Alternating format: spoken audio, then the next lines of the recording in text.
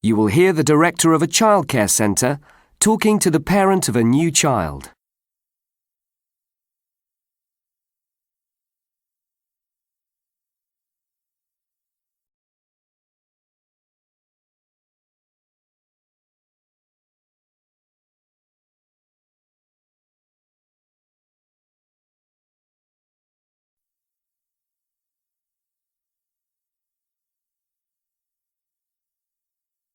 Good morning.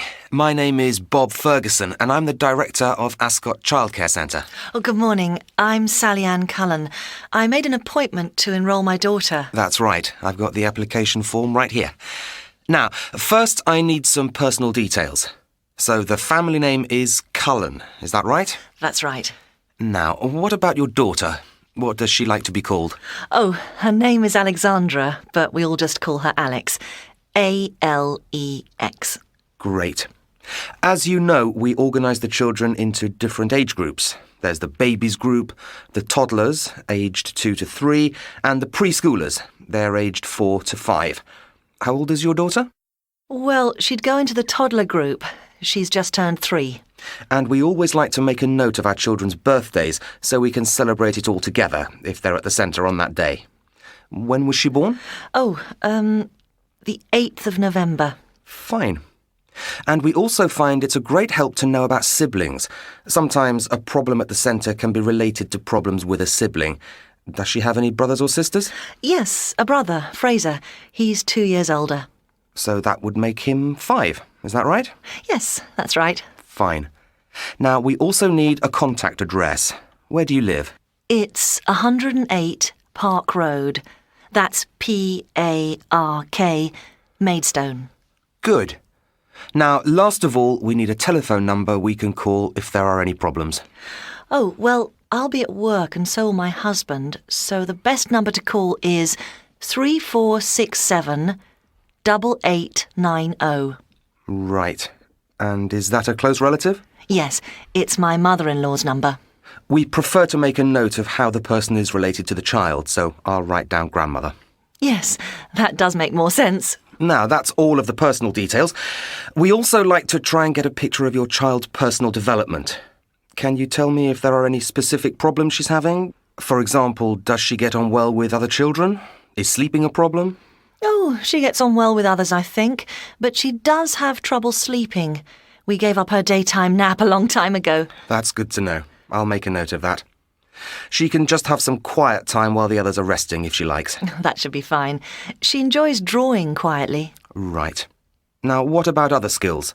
We occasionally take the children swimming, fully supervised, of course, and we only go in a paddling pool as we don't expect them to swim by themselves yet. Does your daughter need a lot of help getting changed?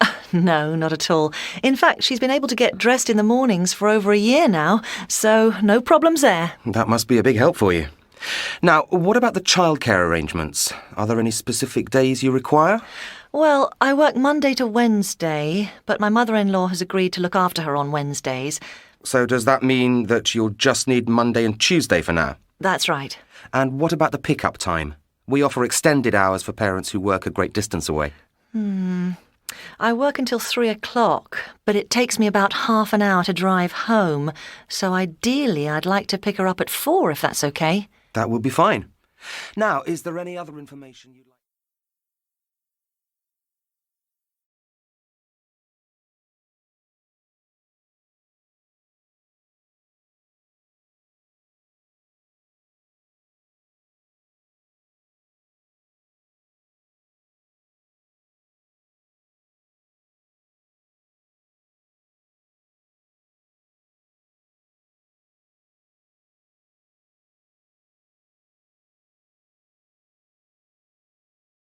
You will hear a woman talking on the radio about things for children to do during the school holidays.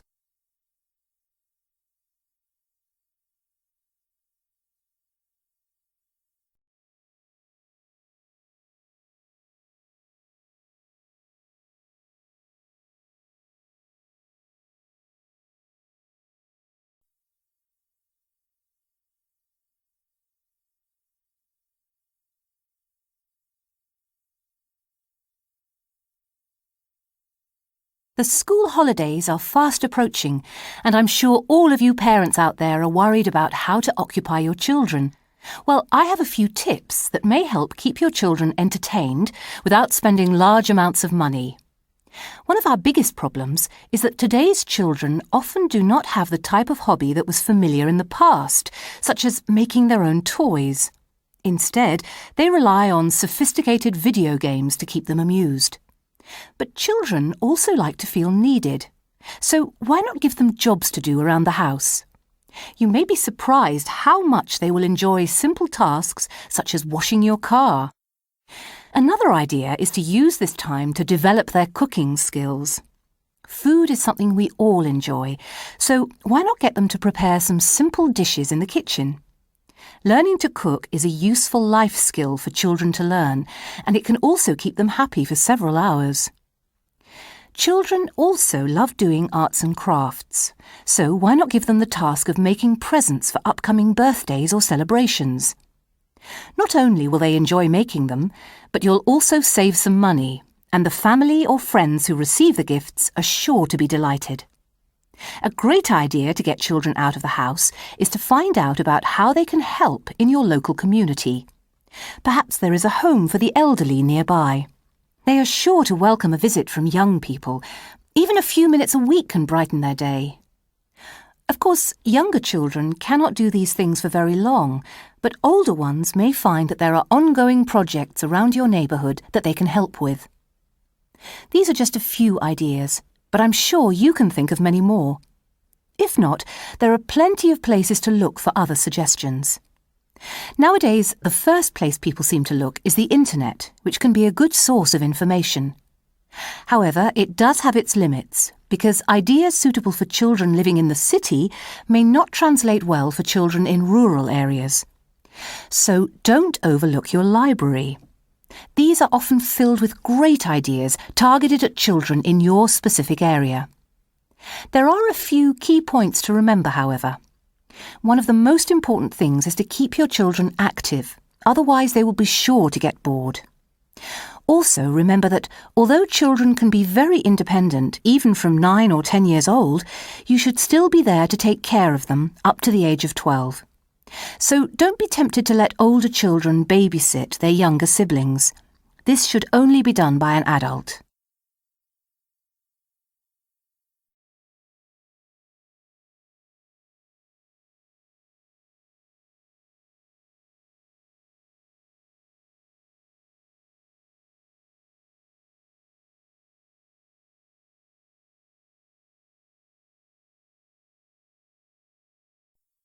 You will hear two science lecturers discussing space exploration.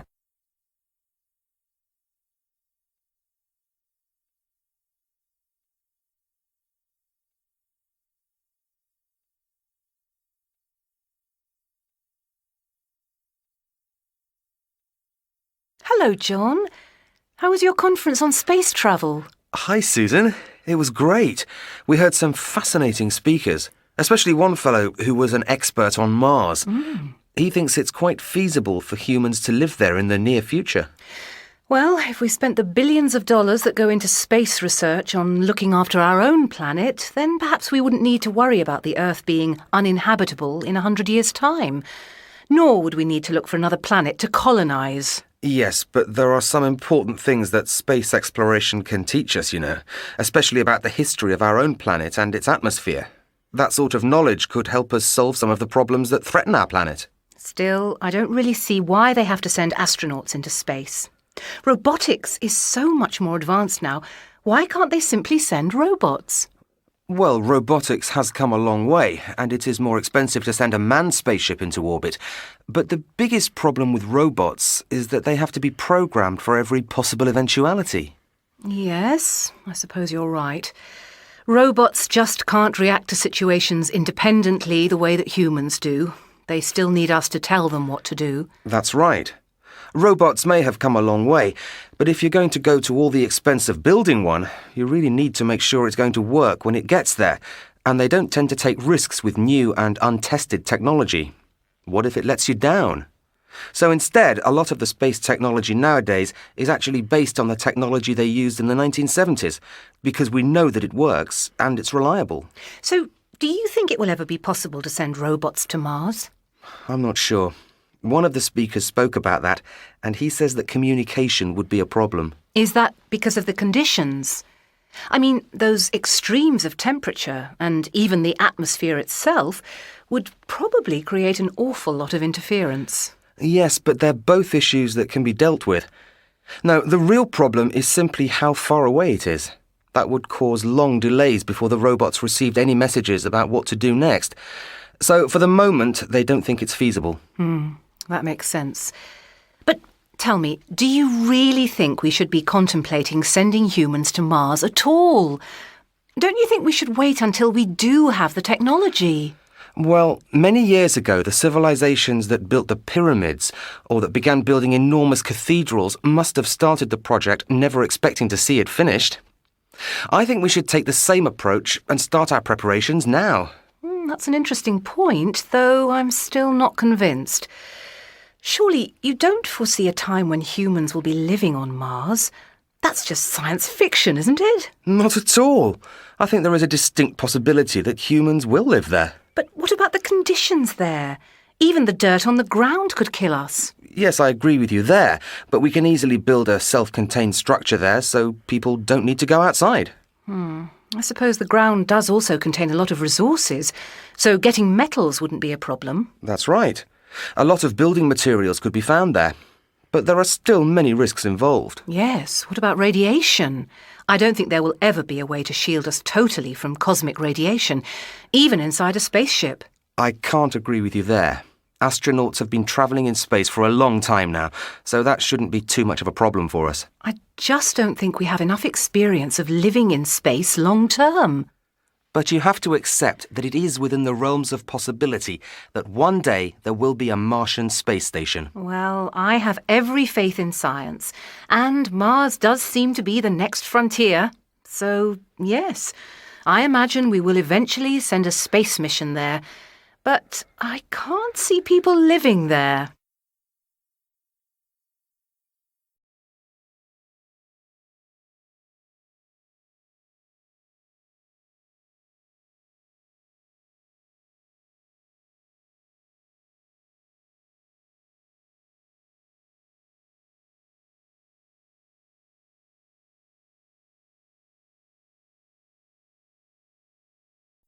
Welcome once again to Introduction to Dentistry, and in today's lecture we'll be looking at the history of dentistry through the ages.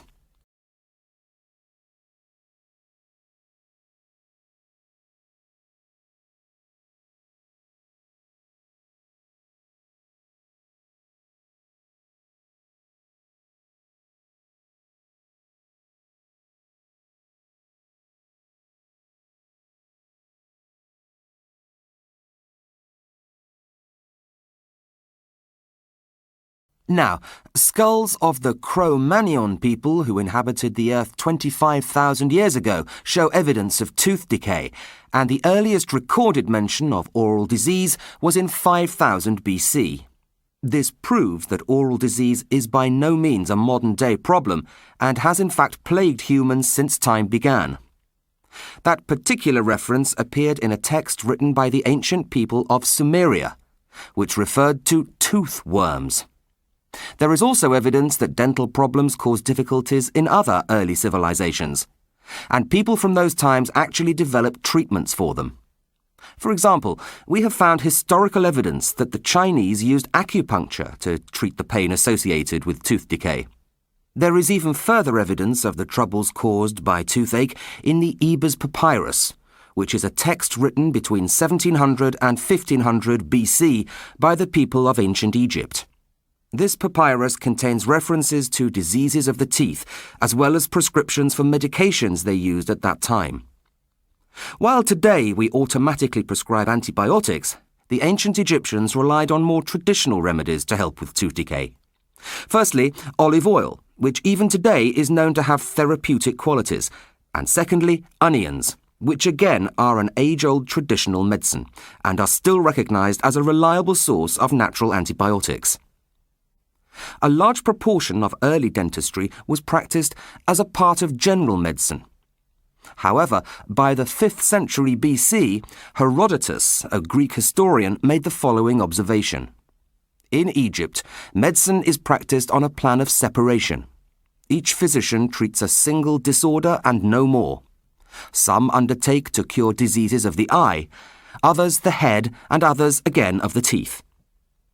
The Greeks were at the forefront of dentistry of that time, and it was a Greek physician who lived between 1300 and 1200 BC who chose to extract problem teeth long before anyone else. Arabs were also pioneers in the area of oral hygiene and used a small polishing stick as a toothbrush as early as 100 BC. So, what of Europe? Well, throughout the Middle Ages, dentistry was made available to the wealthier classes thanks to physicians who would visit individuals in their home, while dentistry for the poorer people took place in the marketplace. Italian sources from the 1400s mentioned the use of gold leaf as dental filling material, but it was a Frenchman, Pierre Fauchard, who is credited with being the father of modern dentistry to his book The Surgeon Dentist, a treatise on teeth, which describes basic oral anatomy, signs and symptoms of tooth decay.